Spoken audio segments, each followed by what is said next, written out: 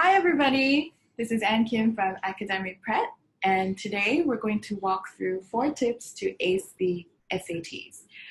Here with me today, we have teacher Sean Yu.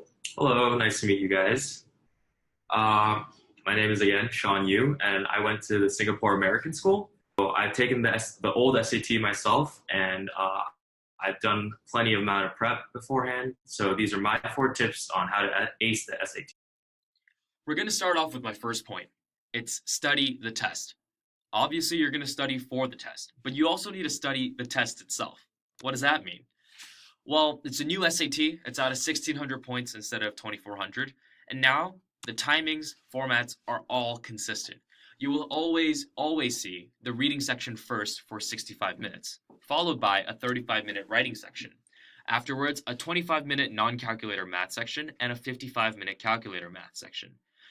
With all this information, you can also add in the number of questions you will face.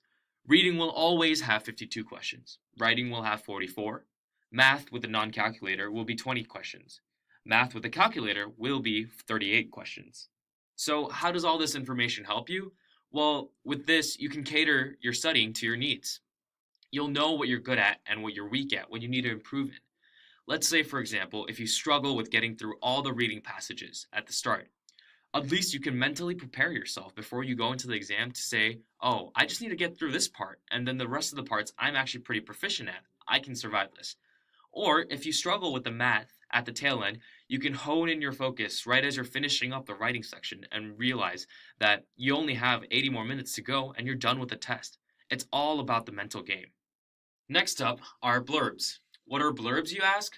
They're those tiny little sentences that come before the actual reading or writing passages that give you free information. You're able to deduce who, what, when, where, and sometimes even why. Look at this blurb with me. This passage is adapted from Taras Gresko, Strap Hanger, Saving Our Cities and Ourselves from the Automobile, copyrighted 2012. Well, this tells us who. The author is Taras Gresko. What? It's probably about automobiles and their impact on the environment.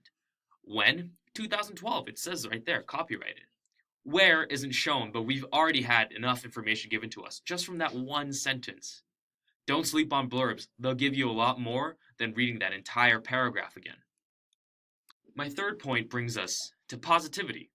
Now, having a positive or optimistic outlook on the test probably helps, but I'm talking about something else. I'm talking about no more negativity. Now, the old SAT used to punish you for taking a guess. You would get a quarter point off for every wrong answer. However, the new SAT won't punish you anymore for guessing.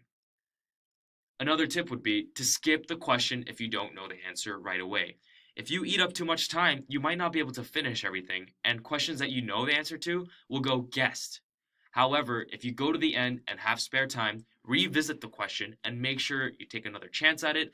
And finally, if you can't figure out the answer, then you can guess. You have a 25% chance of getting it right. My final tip is what I like to call y equals mx plus b. It's a two-parter, so listen up. The first part is use the calculator. It's the easiest section to get 800 points, so even if you're checking 2 plus 2 equals 4, use the calculator.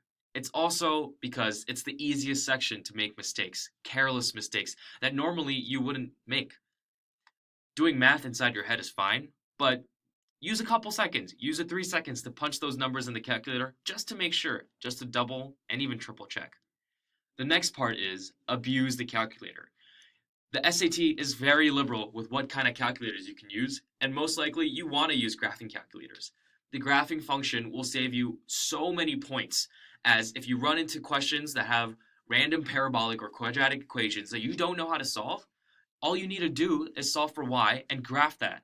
Find the points that align to the other equation, and there's your answer. It's the easiest cheating tool they allow on the SAT. All right, those are my first 4 tips on how to ace the SAT, and I hope you guys all can blast off to get that 1,600. My name was Sean Yu, and thank you so much for watching.